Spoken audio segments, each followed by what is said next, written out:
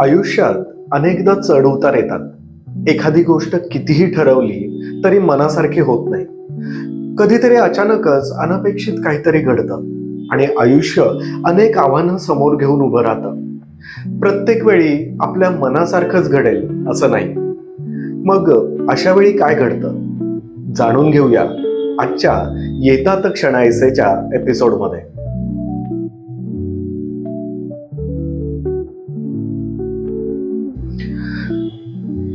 मित्रांनो, आपलं आयुष्य आपल्या समोर रोज नवनवीन आव्हानं घेऊन येत असतात.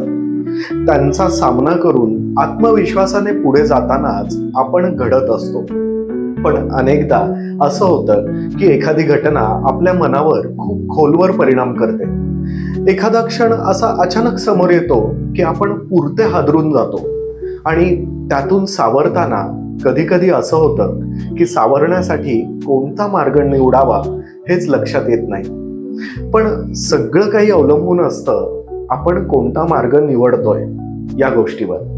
सहानुभूतीच्या व्यसनाचा की जबाबदारीच्या मेडिटेशनचा. एकदा मी एका मित्रासोबत सहज गप्पा मारत होतो तेव्हा एक गोष्ट सुचली. यश, अपयश, चढ उतार, प्रॉब्लेम हे आयुष्यात येतच राहतात. पण बाकी सगळं अवलंबून असतं आपण पुढं काय करतो यावरती. खरं तर समस्या प्रत्येकासमोर असतात. प्रत्येक जण काही ना काहीतरी फेस करतो. अवतीभोवतीचे अनेक लोक, घटना, परिस्थिती वेगवेगळ्या प्रकारे आपल्याला मार्ग दाखवतात, काही साथ देतात आणि त्या माध्यमातूनच संधी निर्माण होतात. अनेकदा कुणाला समजावण्याचा, मदत करण्याचा आपण प्रयत्न करतो, पण तरी तसं का घडत नाही? आपणच मदत करण्यात कुठं चुकतोय का असे सुद्धा विचार आपल्या मनात अनेकदा येऊन जातात. पण या विचारांच्या मुळाशी गेल्यावर एक गोष्ट मला लक्षात आली. ती गोष्ट अशी की आपण प्रयत्न करतो ते ठीक आहे, पण मुळात त्या व्यक्तीने कोणता मार्ग निवडलेला आहे हे जास्त महत्वाचं आहे. कारण इथे दोन मार्ग दिसतात. पहिला मार्ग म्हणजे एखादी घटना, एखादी समस्या घडून गेलेली असते. त्या निर्माण झालेल्या समस्येचं तत्कालीन कारण काहीतरी वेगळंच असतं, काहीतरी परिस्थिती असते, काहीतरी असतं.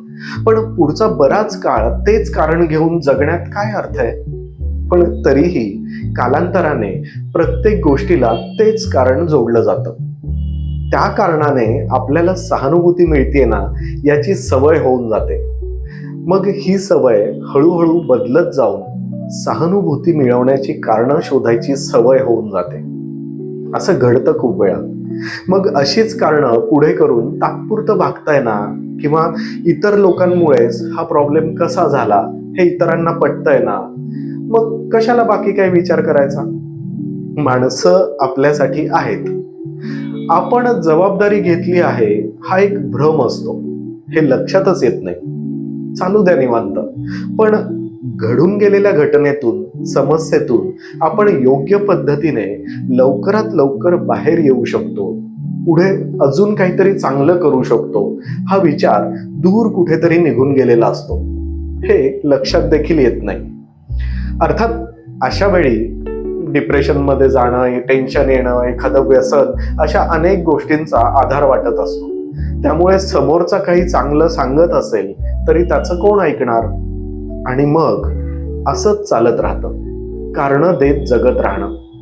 हे असतं सहानुभूतीचं व्यसन, जे आपल्या आयुष्याला कोणतीच दिशा देत नाही आणि त्याच्या गर्तेत आपण किती खोल चाललो आहोत हे लक्षात पण येत नाही.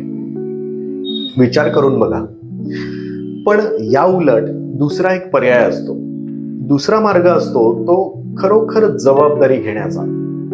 झालेली समस्या, घडलेली घटना यांचीच खरंच जबाबदारी स्वतः घेतलेली असेल तर माणूस पुढच्या क्षणाला परत कामाला लागलेला असतो.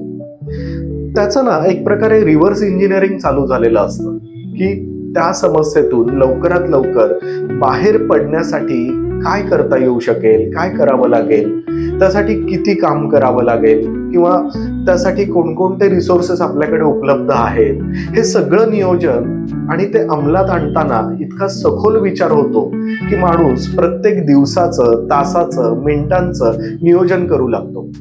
अगदी सकाळी किती लवकर उठून कामांना सुरुवात करायची इथपासून ही सुरुवात होते आणि खरंच काम करताना दिवस सुद्धा पुरत नाही. हे असतं जबाबदारीचं मेडिटेशन. जबाबदारीचं मेडिटेशन करायला फक्त 10 सेकंद लागतात. हो, मी जबाबदारी घेतली आहे हे स्वतःच्या मनाला प्रामाणिकपणे सांगायचं असतं फक्त.